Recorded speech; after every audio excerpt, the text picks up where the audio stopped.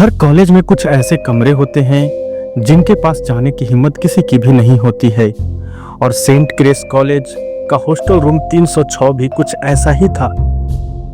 कहते हैं वहां हर रात कोई चलता है, किसी की चीख सुनाई देती है और दीवारों पे खून का निशान खुद ब खुद बन जाते हैं। पर असली डर वो नहीं है जो दिखाई देता है, असली डर तो वो होता है जो छुपा होता है। और आज हम उसी डर का ताला खोलने जा रहे हैं। तो तैयार हो जाइए एक ऐसी रियल क्राइम स्टोरी के लिए जिसमें भूत, खून और साजिश तीनों एक साथ शामिल हैं। मैं हूं पंकज दांगी और आप देख रहे हैं इस सीरीज का पहला एपिसोड हंटेड हॉस्टल 306 मौत का खेल शुरू। चैनल को सब्सक्राइब करना मत भूलिएगा क्योंकि हर एपिसोड पिछले एपिसोड से ज्यादा डरावना और खौफनाक और सस्पेंसफुल होगा।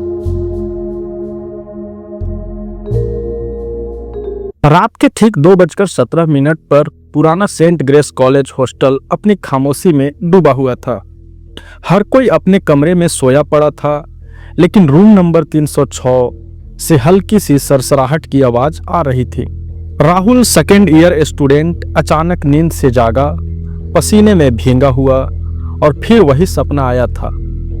वही लड़की सफेद कपड़ों में, वही कमरा, वही चीख। उसने खुद से कहा बस सपना है, बस सपना है। लेकिन फिर वही टप टप टप और जैसे कोई उस कमरे के बाहर चल रहा हो। राहुल डरते डरते दरवाजा खोलने गया। खुल तो देखता है कि कॉरिडोर में तो कोई नहीं था, बस हवा में एक अजीब सी सर्दी तैर रही थी। तभी उसने देखा कि दीवार पे किसी ने लाल रंग से लिखा है 306 वो लौट आई है। राहुल का दिल धड़क उठा। उसने तुरंत अपने दोस्तों आरव, नेहा और तानिया को जगाया। सब इकट्ठा हुए और तय किया कि अब सच्चाई का पता करना ही होगा।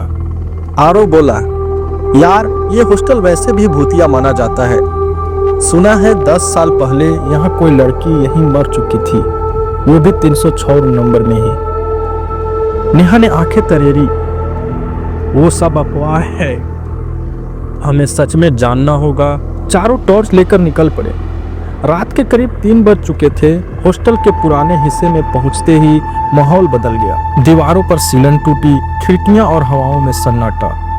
हर कदम जैसे किसी अदृश्य नजर के नीचे हो। जैसे ही वो रूम 306 के पास पहुंचे, दरवाजा अपने आप चर्र करके खुल गया।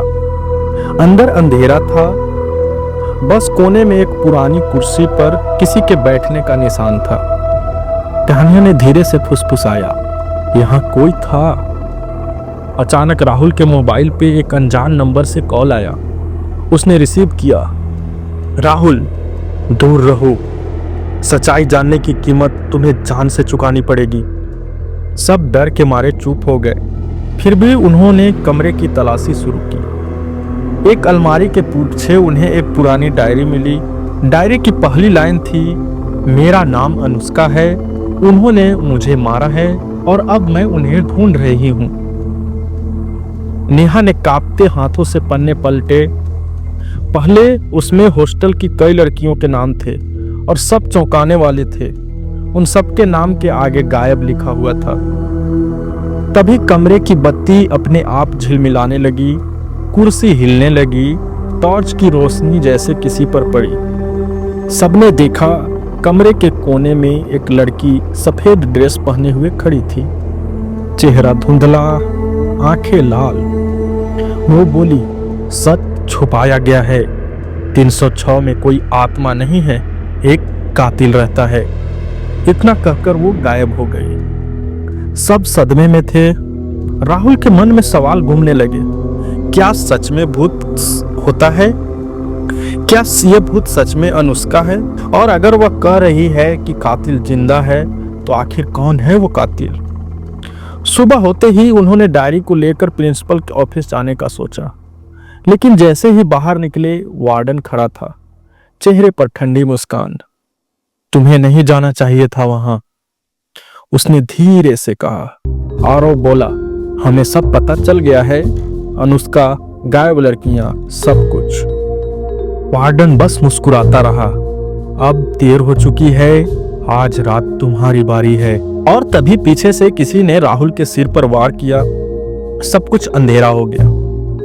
जब राहुल की आंख खुली तो वो एक अजीब जगह पे बंधा हुआ था। चारों तरफ पुराने फोटो, फाइलें और कई लड़कियों की चीख बिखरी हुई थी। सामने वार्डन खड़ा था और हाथ में वही डायरी थी। अब तुम्हें भी इस राज का हिस्सा बनना पड़ेगा, ऐसा वार्डन ने कहा। और तभी दरवाजे के बाहर किसी के पैरों की आहट सुनाई दी। कोई और भी वहां था, लेकिन कौन? कौन है वो शख्स जो वार्डन से भी ज्यादा खतरनाक है? और क्या राहुल और उसके दोस्त बच पाएंगे? आखिर अनुष्का के मौत के पीछे की सच्चाई का राज क्या है? जानने के लिए देखिए इस कहानी का अगला भाग, हॉन्टेड हॉस्टल 306 मौत का अगला पन्ना। और अगर आपको कहानी पसंद आई तो वीडियो को लाइक कीजिए, अपना थ्योरी और राय कमेंट बॉक्स में अवश्य दीजिए और सब्सक्राइब कीजिए पंकज दांगी यूट्यूब चैनल को, ताकि आपसे इसका अगला भाग मिस ना हो।